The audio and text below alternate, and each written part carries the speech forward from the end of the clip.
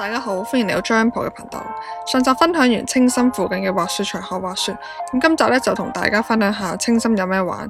聽到青森，大家可能會覺得係咪就係得蘋果？咁當然唔淨止得蘋果啦。咁呢度咧有超抵食嘅魚市場，難得一見嘅隱世美景，幾百年歷史嘅溫泉旅館。咁另外都仲有好多唔同嘅美食、博物館等等，同超方便喺車站上蓋嘅酒店推介俾大家。我哋由東京羽田出發，咁搭內陸機呢，大概個零鐘就會嚟到青森機場。哇！一落機你又做緊咩？咁為食嘅你，睇下望緊咩？大間吞拿魚咯，呢度附近最出名㗎嘛，菠蘿1萬英嘅200個人。我哋去租車啦吓。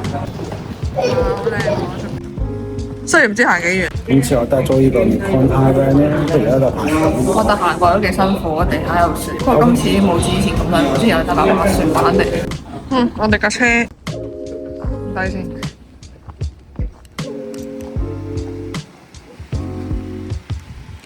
我哋嘅青森之旅正式開始。我哋喺附近揾咗個商場買啲嘢食咯，因為太肚餓。其實我哋今朝都未食嘢，所以咧我哋就喺呢度食嘢啦。依家已經係3點噶啦，食第一餐啦。頭先嗌加大麵，我諗住哇咁多嚟就食唔晒啦。點解食下食下？咦，食成日都話食唔晒，但係次次都食得晒。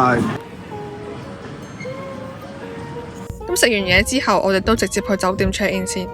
咁呢間酒店對於自駕或者非自駕都係非常方便嘅，同 JR 青森站仲有大型商場係相連。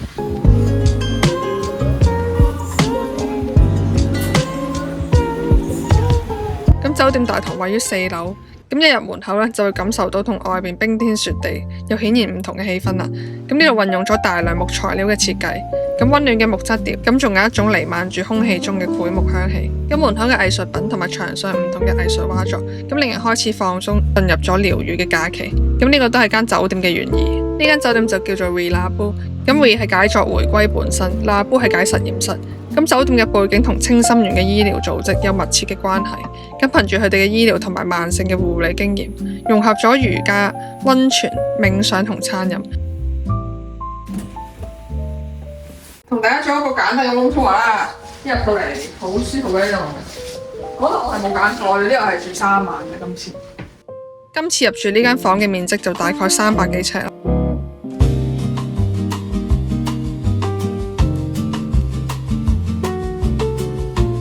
呢度就有2張床啦，都拍埋咗一齊，好少玩。偏難少少，日本嗰啲都係。我唔中意去日本，好硬就咁床頭嘅兩邊仲有 sofa， 隔離都有個插頭位嘅。咁2個人住嘅話咧，都唔使爭充電位。咁呢個間房名咧就叫做禪，所以啲茶几上面都放咗日本產嘅桑葉茶。咁有預防糖尿病同埋改善便秘嘅功效。咁有閒情雅致嘅你，仲可以配搭埋隔離個藍寶鐵器一齊用。咁我就唔會咁多嚿魚咁樣擺入去咯，淨係茶包咁咪算啦。然後呢度咧好在日本咧比較少見咧就有咖啡機，呢度都幾加分。同埋呢度咧有好多咖啡同種類嘅，都比較新式啲咯。我覺得呢個設計裝修好舊嗰種咯。有個雪櫃啦，咁當然啦，雪櫃入邊啲嘢要幾錢啊？應該呢支水唔使錢。啲上面都有3支水。唔使錢嘅水。然之後呢個位，咁我都幾偏好呢類嘅設計咧，即係唔會壓咗啲位。咁呢度都有提供浴袍同埋舒適嘅居家服。咁除咗可以當睡衣之外，咁如果你有報酒店嘅瑜伽堂，你都可以着住嚟上堂。咁另外都有個籃仔提供，可以去浸溫泉嘅時候裝住啲衫。咁不過毛巾嗰啲咧就唔需要拎啦。咁因為大浴場咧佢都有提供嘅。浴室同廁所方面就係分開嘅，咁所以都唔怕2個人住嘅時候有爭用嘅情況。咁浴室出邊嘅洗手盆咧就放入唔同嘅 skincare product， 咁另外都仲有浴鹽提供俾你可以浸下浴。咁櫃桶入邊都有牙膏啊、牙刷、剃鬚刀、梳同埋風筒等等。都幾好啊！我覺得呢度比我想象中靚。我上網睇到咧係話覺得好靚，但係我覺得嚟到呢度係有驚喜嘅。可能我覺得喺呢度咁凍嘅天氣度有個位連個商場嘅就真係非常闊啦。咁呢間酒店都仲有好多細 detail 位嘅，咁例如毛巾咧就會選用金字嘅毛巾，咁有幾軟同幾舒服嘅喎。咁作為一間主打療癒健康嘅酒店，咁當然配備瑜伽房、健身房，仲有溫泉。咁呢啲通通都係喺6樓。溫泉大浴場呢度咧嘅住客都可以免費享用，不過佢 size 咧就唔大，只係得一個室內而冇室外嘅。另外一邊呢，就係瑜伽室。咁酒店每日都有啲時段提供嘅瑜伽堂或者冥想班俾大家參加。咁健身室呢，就唔算好大啦。咁簡單呢，有單車機、跑步機同埋啲啞鈴。咁牆身兩側呢，都掛滿咗清心出身嘅藝術家嘅畫作。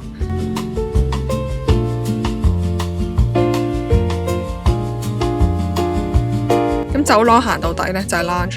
咁呢度全日都會提供唔同嘅咖啡同埋10幾種口味嘅茶葉茶包。咁喺某啲時段呢，仲會特別提供飲品同埋小食。咁例如朝頭早呢，會有營養師設計嘅蔬果汁。咁下午時段呢，就有清新嘅蘋果汁啦，同埋鮮果水。咁仲有蘋果同埋多款蘋果味嘅小食提供。咁 Happy Hour 時段呢，仲會有無糖啤酒。咁 lounge 呢，仲有一個露台行出去，可以望到成個清心時嘅市景街景同埋津輕海峽。咁之後我介紹嘅清心冬日祭當中有放煙花嘅環節。咁如果俾我揀多次，我就一定揀喺呢個露台度睇煙花，因為原來係對到正嘅。咁浸完溫泉之後，過樓下嘅商場行下街，咁真係勁方便。咁就算落大雪呢，或者落大雨都唔使驚。咁呢個商場呢，有餐廳又有唔同嘅鋪頭，咁其實都起碼夠行半日噶啦。之後呢，我哋出發去揾嘢食。我哋上網呢，揾咗呢間，呢度就周圍都比較氣氛啲似死城，呢度就有啲氣氛啲。有人跳下舞啊，彈下琴。餐廳以居酒屋形式提供多款清心在地嘅鄉土料理，仲有嚟自大間嘅吞拿魚食添。咁最特別嘅呢，就係每晚都有傳統樂器表演。第一場就6.9，第二場7.9。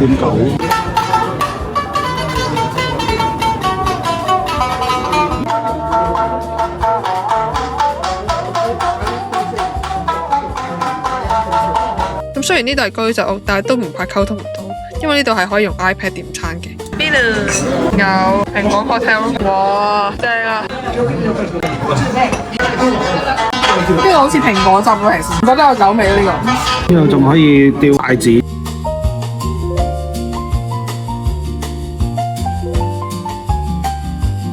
我哋失敗咗，咩鬧傷你？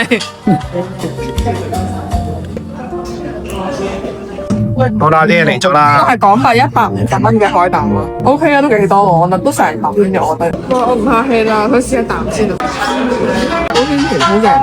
呢個咧就係大間嚟嘅吞拿魚。咁都唔使問啦，定係呢嚿正啦。隻身都好鮮味。我覺得呢個就普普通通啦，我唔中意啲蛋喺面啊，覺得好食。一試無妨咯。呢個就頭先掉嚟掉都掉唔到嘅帶子啦，最尾都係鬧算。先。你話得太多滑沙咪搶咗個味咯？哇，好近咁嘅樣喎。好啦，喺度落翻嚟嘅。不過我覺得大致就唔算話好大喎。總括而言呢度咧食氣氛，叫做體驗感。係咯，OK 啲人食係唔差。宵夜時間，我哋永遠食到咁上下，都一定去附近超級市場買有咩食嘅。買刺身。我哋個篋又到，就翻去切啦，買啲豉油。The next morning. 咁第二朝起身啦，就去咗對面馬路嘅魚市場食早餐。咁喺琴晚晚餐去居酒屋嘅途中都見到呢個東北最大級嘅新鮮市場，咁所以都俾佢吸引咗入去睇下研究下係點。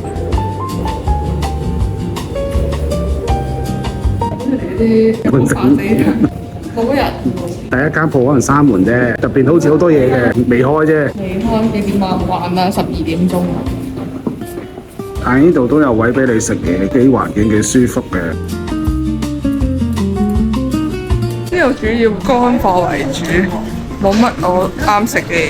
我哋走咗啦呢度。呢度咧就主要比較係啲即係本地人去買餸煮飯嘅餸，就可能未必話咁好食。啲刺身啊食啊，呢度都係比較以一條原條為主咯，冇切晒嘅。雖然我唔知佢哋會唔會有機會可以幫你切埋啦，費事麻煩別人。之後就去咗對面街嘅清心魚菜中心。咁呢度網絡上面咧都有好多人介紹過㗎啦。咁佢最出名嘅咧就係海鮮檔。咁呢度嘅點餐方式咧就好簡單。咁首先咧就買咗啲 coupon，之後就可以用1至3張 coupon 嚟換唔同嘅海鮮食材同埋白飯。都幾中意呢個魚市場嘅管理。咁買完 coupon 之後，佢都會分流，指示你去唔同嘅攤檔換白飯。咁就唔同嘅攤位都可以有生意做啦。咁唔使大家堆埋一個攤位度。換完白飯之後，就拎住碗飯去唔同嘅攤位揀自己中意嘅食材。咁店員呢就會放啲刺身咧喺白飯上邊。你咁醒嘅坐正喺個水機隔離，水咧唔使錢。我哋每人75蚊咧就揀咗我哋自製嘅當飯。性價比好高喎，好平好平，3000嘢有2碗。如果頭先個市場都未必食到1碗啊。哇，試食下先啦，飯都熱辣辣喎，唔係凍冰冰。幾新鮮，個魚好有咬口啊，好有肌肉感。我覺得睇得出啦，其實。呢個質素真係唔錯。個帶子要2枚啊？一枚咯，哦，1枚就差唔多。個蝦最抵咯，我覺得。個蝦真係好大隻。蝦呢個一枚抵呢個。係啊，個蝦真係好抵。我好少食魷魚嘅平時，不過我見到係清心條魷魚。我拎下食，我相信一定好正。好腍呢個。試下呢個先。呢個魚抵啊，我覺得。一張 coupon 有2塊咯。哇！真係好有牙，好煙韌。誒，呢個真係邊嚟？我最期待嘅蝦就喺度。好大隻啊！哇！超大隻，係好多好多，幾多個？好鮮甜啊，同埋超多煲個爆煲啊！我覺得真係好正。一枚一隻，即係9個半一隻咯，就圍翻嚟。係好抵啊！到時咪講蝦油先，一定正㗎啦！所以呢隻蝦我哋每人都要咗2隻。佢仲挑埋啲蝦腸，所以好乾淨咯。即係唔會食屎咯。同埋呢度真係好方便，側邊又有啲羹啊、筷子啊，乜都齊晒，係好整齊，唔會話遊客唔知喺邊度食咁樣咯，幾好呢樣嘢。有一個拖羅啊，佢就要2枚1塊咯。即係本身你諗住嗌海膽嘅，但係咧又唔使行翻轉頭去阿叔嗰間，阿叔嗰間名店，佢就要呢個，因為嗰個海膽都係2枚。事不宜遲，我試下先。哇，正！形容為呢個係入口即溶。扮晒叉燒咁啦，平時喺屋企又唔見你咁，你睇乜都俾晒我整，睇下呢咁乾淨啊，算罷啦，扮晒乖咁，死港女嚟嘅。呢個你出發去呢個清心市嘅藝術館。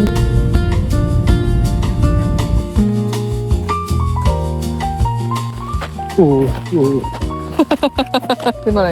我想捕咗佢撲街嘅 camera，其實佢差唔多啲㗎啦。張婆示範點樣行冇咁易撲街。坐低，我又好似企我咁嘅坐法，咁靚咁，我真係。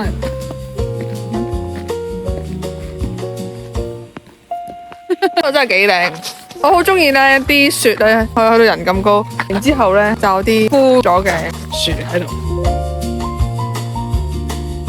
你睇，點解有回音嘅？好特別喎！係啊，好搞笑啊！點解個設計咁嘅？呢度係特登咁嘅。你睇下，聽唔聽到？烏啦，扮烏啦咯。咁呢個入場費就成人700yen一個啦。清心縣立美術館展示咗日本同世界多位知名藝術家嘅作品。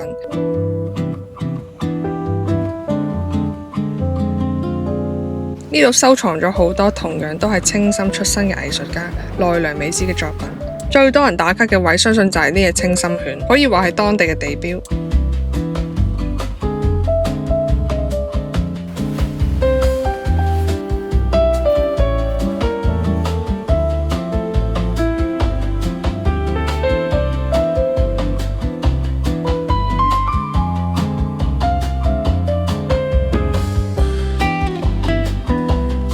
去完美術館之後，我哋都翻返去酒店。咁因為當日咧咁啱咧就撞正清心冬日嘅睡魔祭。我哋咁啱呢個2月14情人節，呢度就有個清心夜市啦。為咗紀念清心開港400年，咁喺2月14號星期6晚咧就有多項精彩嘅節目啦。咁包括咧就雪地扯淡同埋放煙花等等，仲有當地小朋友整嘅燈籠，咁都畫上咗唔同嘅卡通人物。咁喺冰天雪地呢一班猛男着住條底褲咁喺度扯大纜。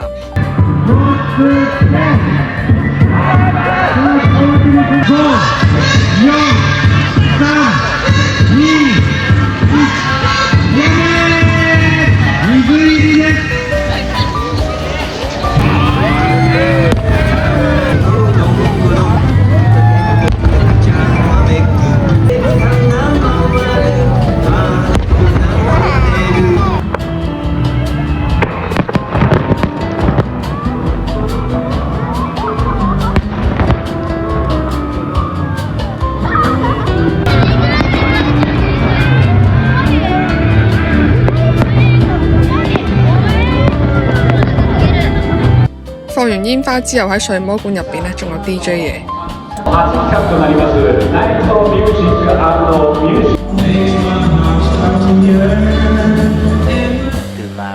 第二朝食完拉麵之後，都出發去距離清心市個幾鐘頭車程嘅高山渡河神社。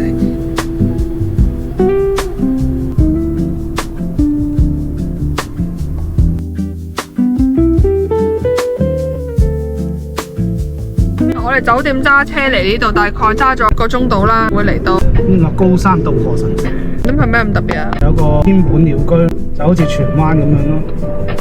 咩荃灣咁樣？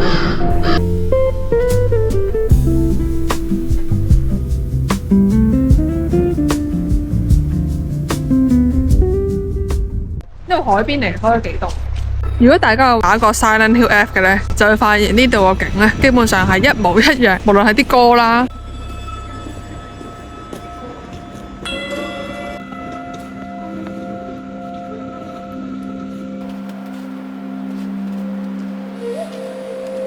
大家張婆要行樓梯啦。要行樓梯咯，你咪咁啫。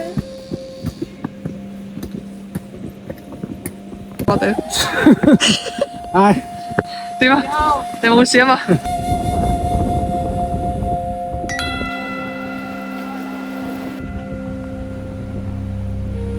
我膝頭哥痛。不過呢度好靚。咁諗起鳥居，大家就會諗起京都嘅伏見稻荷大社。但係原來除咗京都之外，青森呢度都可以睇到一連串嘅鳥居，同京都嘅直線型排開嘅鳥居有少少唔同。咁呢度嘅鳥居呢，係沿住斜坡同埋日式庭園呈之字形咁樣排開。咁呢度呢，一共呢就有200幾座鳥居。我哋終於行到上嚟最頂。其實佢又唔係好難行，但係呢，佢有好多冰，地下好多雪，咁變相咗呢就好跣，所以呢就會覺得好辛苦行上嚟。不過呢，行到嚟呢個位望呢都幾靚。咁冬天嘅時候呢，有白雪嘅蓋覆，咁呢度所以都有號稱雪中升龍嘅稱號。最特別呢，就係行到去展望台，咁周圍呢都排列咗唔同嘅狐狸雕像。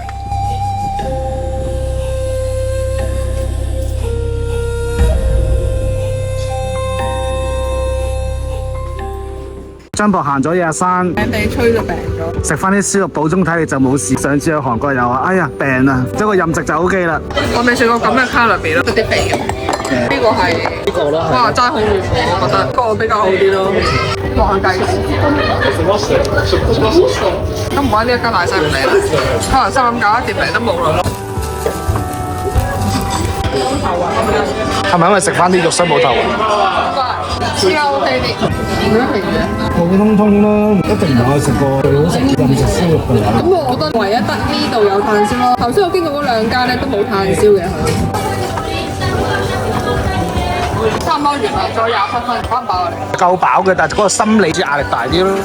唔緊要，我做肥牛哥講笑啫，點會咧？點啊，肥牛啫？冇喎，冇呢個牌。拎個肚嚟啦，定係？頭先話有一個係麻辣湯咁樣。本身好似係啲辣辣地嘅粉絲湯咁樣。呢個裝得好遠喎，同你真人真肚遠。冇帶咁嘅嘢。我講識你唔係咁咩咧？同呢兜嘢差唔多。都有啲粉絲嘅。佢冇呃你啊？佢真係得1斤粉絲嘅啫喎。你睇下，都係得一條粉絲啫嘛，冇呃你啊。我食咗61點嘢，我哋好大食喎。咩？有冇行過啊？你見唔到？ The next day. 我哋酒店附近亦都係 JR 青森站附近嘅 A Factory， 係青森必嚟買手信嘅地方。呢度最主打咧就有各種青森蘋果做嘅甜品啦、果汁啦、蛋糕啦同埋酒類等等嘅。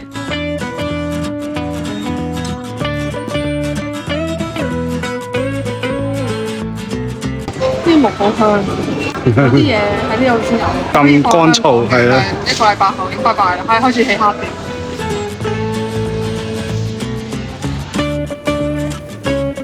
決定你有食嘅，食得太多次。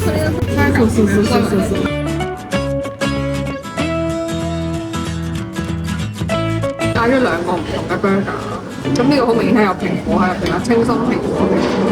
呢個咧？呢個係白鴿甜和牛 burger， 都係呢度附近嘅牛嚟嘅。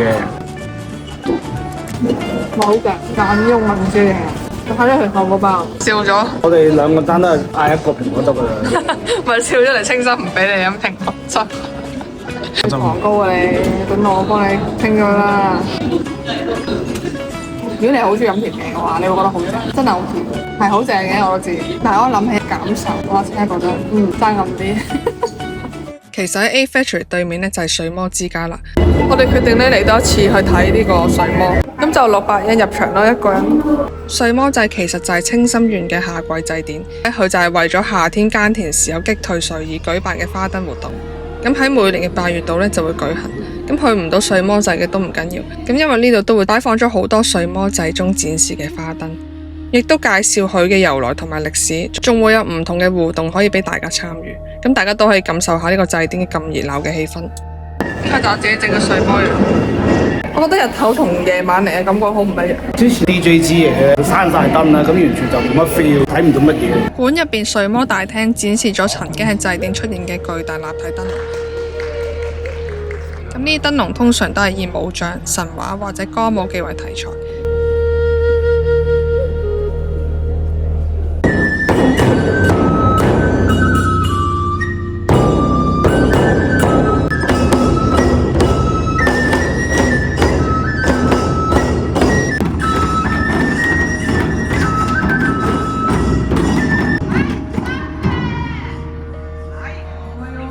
咁呢個仲係小學生設計嘅燈籠添，咁當然做嘅都係大人幫佢做噶啦。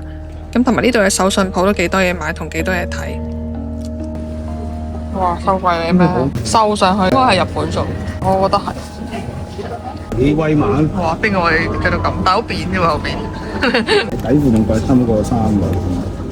我係心諗點解底褲唔使平咧？你一條指示係威猛嘅，所以我唔使平嘅。喺出發前日日都睇住天氣報告，希望可以落雪。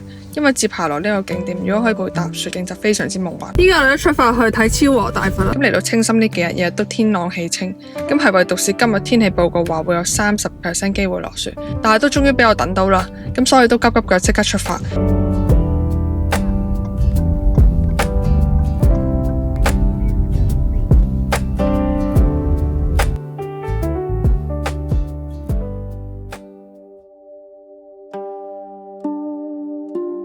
我哋嚟到呢度啦，天公造美，呢個就係我追求嘅夢幻飄雪效果啦，一定係好靚影出嚟。咁你入場費就係400英一個人，好靚啊！依家真係好有呢個詩意。係啊，仲好凍添。冬天嘅時候點啊？去到呢度咋？去到呢度影乜啊？乜都睇唔到喎。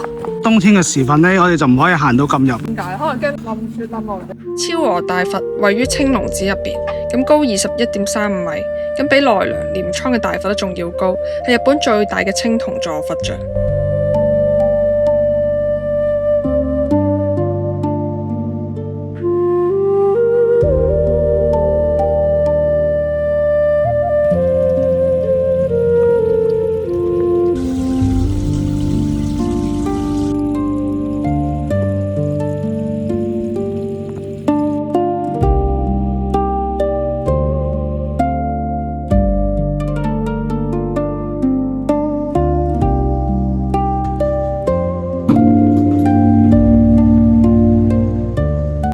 真係冇人嘅秘境。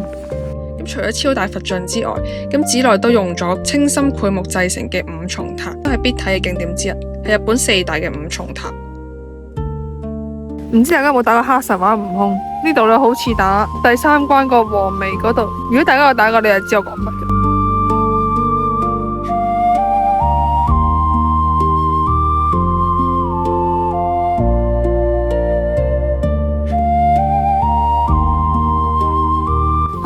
如果大家去廁所嘅話咧，另一個廁所咧已經被雪堆埋咗啦。其實原來入口隔離咧就有個廁所可以去嘅，跟住仲有暖氣，我覺得好凍啊！呢度我休息下真係唔錯啊！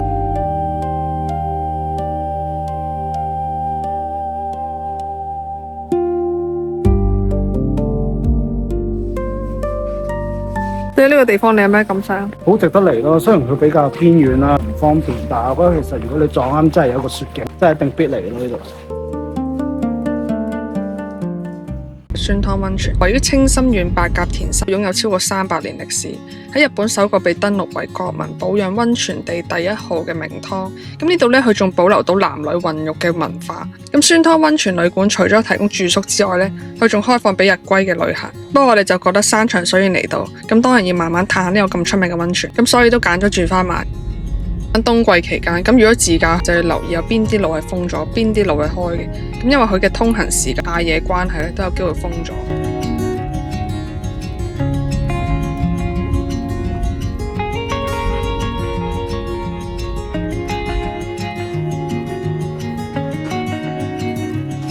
我哋嚟到酸湯溫泉啦，其實咧喺出邊咧已經聞到超大陣硫磺味啊！我都未浸，已經相信個泉應該都非常之唔錯。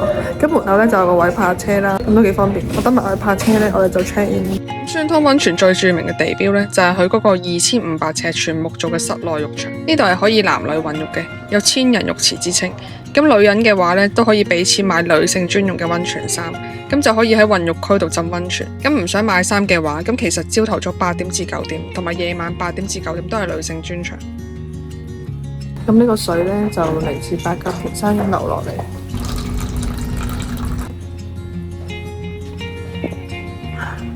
瘦咗嚟，肚腩甩晒。點解我自己流啊？咪本身唔該你嘅灰咗。我哋嚟嘅時候已經睇過啲人啲 YouTube 噶啦，見到有2樓同1樓。如果2樓咪要下樓梯，跟住睇呢條點啊？俾你表演搬嘢。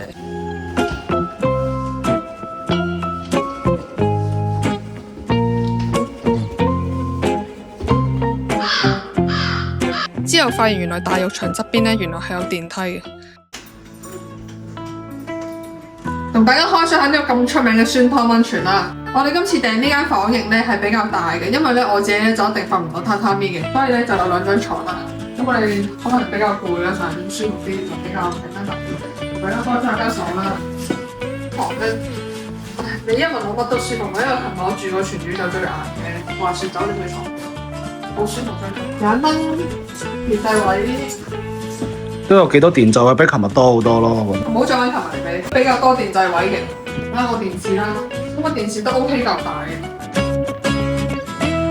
咁同埋有個衣櫃，咁都好嘅。有個衣櫃咁放翻啲衫喺度。有浴衣啦，咁浴衣都有2個 M 碼同2個大碼。咁可能放一家4口住呢間房。呢度唔知咧咁神奇有個自閉位咧，俾你試。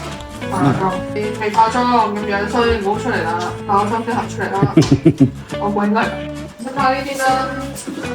飲茶 area， 俾張婆婆喺度飲茶啦，有個小偏廳咁喺度，都有部電視喺度嘅。呢個電視就比較細啦。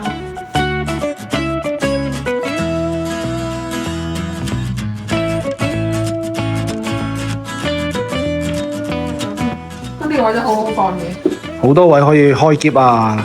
大家睇埋個浴室啊，咁唔係喎，冇浴室。冇浴室係有得廁所㗎咋，其實都預你落去浸溫泉㗎啦。不過我覺得嗰啲設備就比較少啲咯，簡單啲咯，冇橡筋啊，浴帽我都冇。咁牙膏同牙刷就放咗喺溫泉嗰個籃仔同袋仔度。廁所都幾乾淨，我覺得呢度比較昭和時期嘅裝修啦，我幾中意啦，我有啲好復古嘅感覺。好啦，我哋而家即刻落去試下個溫泉，同埋之後就食飯。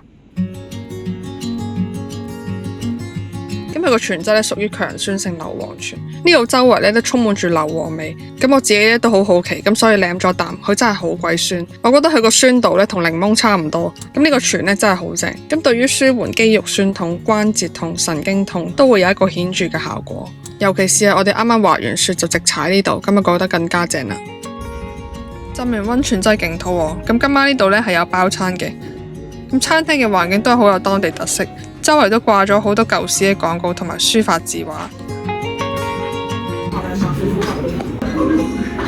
好味！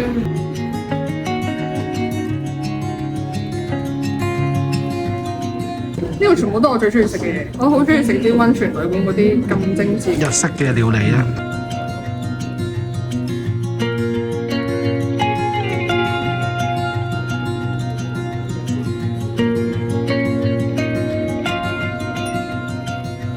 如果啲碟頭可以大啲，我試下呢個下先，唔係香港咁大食。班老觀眾都知係大食啦。我覺得呢度起碼要食3倍嘅份量，我先夠。頭先咪頭暈嘅，一下俾扒咗碗飯，甜蝦如果可以多10隻咁就夠。甜蝦好鮮甜，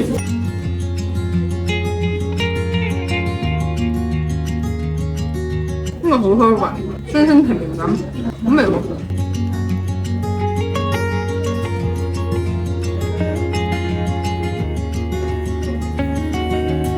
有蟹鉗啦，有魚，仲有帶子。呢條友唔使問佢啱食就呢條，呢條咯。通常溫溫泉旅館都係有白飯同埋麵豉湯飲添嘅。呢條友頭先飆冷喎，下翻第二碗飯咁就 OK 啦，精神翻晒。喺媽買完雪啫，太攰玩咗3個鐘成，太好我暈啊！佢呢係第2碗飯，其實好多嘢都食 double 嘅，包括有呢個沙律啊，我都食咗2個。喺呢個咧轉頭我食埋佢嘅啦，呢個佢又唔食，我食 double 我先落，都唔係好多嘅，就係白飯飲添。但係白飯幾好食啦，但係啲寡咯，如果就係得白飯，如果其他人可以有3-4倍份量咁樣差唔多。咁飲品方面又有煎綠茶啦，咁嚟自白鴿田山嘅清水。咁飲酒方面就要自費啦。食完飯之後呢，我都趁8點至9點女性專場嘅時候去浸下最大嗰個溫泉。你唔介意嘅話，都可以同啲麻甩佬一齊浸嘅，係女共用嘅時間。浸完溫泉，我哋都參觀下呢個酸湯溫泉旅館，發現呢度真係好似博物館咁，有好多唔同嘅收藏品。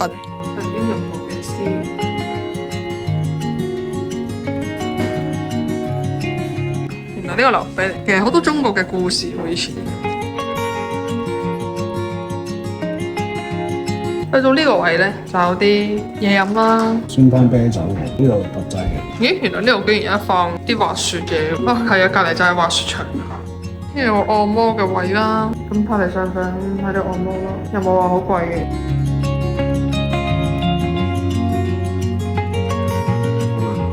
蘋果都分咁多種。咁誇張唔多啦。呢度仲有個 lunch 俾住客用嘅，咁身後邊有個大暖爐，咁睇電視邊飲酒都幾正。窗口嗰個位置，日頭嚟打下卡都唔錯。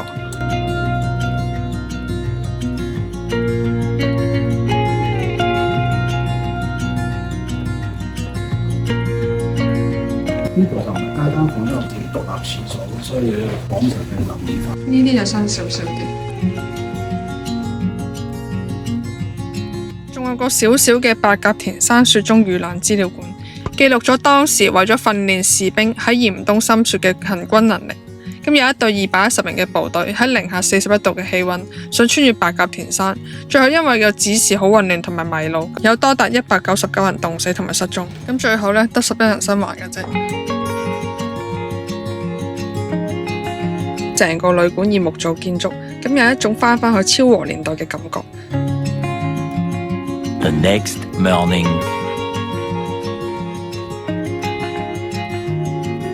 早晨啊，咁多位，琴晚呢，我哋都瞓得好好，咁依家我哋呢 check out 啦。呢個千人浸其實開24嘅，咁你就男女混浴啦。咁琴晚呢，我呢就趁凌晨1點冇乜人嘅時候呢，我同你呢都赤裸裸咁一齊入去浸。一齊浸。後邊呢一個呢就係千人浸，浸嘅時候呢就真係除咗你啲金屬。我琴晚呢就唔記得咗除啦，就諗住試低咁啦，冇嘢嘅。點解知呢條黑色鏈呢係銀鏈嚟嘅，嗰條呢係 K 金鏈，你睇下 K 金鏈。變咗色，即係變咗發紅咯，紅紅地咯，所以大家嚟呢度咧就一定要除，因為佢個泉咧佢真係好滑嘅，都係我浸過之中，佢都有頭5位啊，好好。呢個我都一定係必買嘅，佢可以用10次。溫泉算湯溫泉，呢個我買嘅，我都要擺呢個嘅翻，我真係主要買溫泉。琴日呢個餅就救咗我命。呢個味好香啊，係天然嘅。放衣櫃啊、鞋櫃嗰啲啦，似嗰啲養兔兔嗰啲。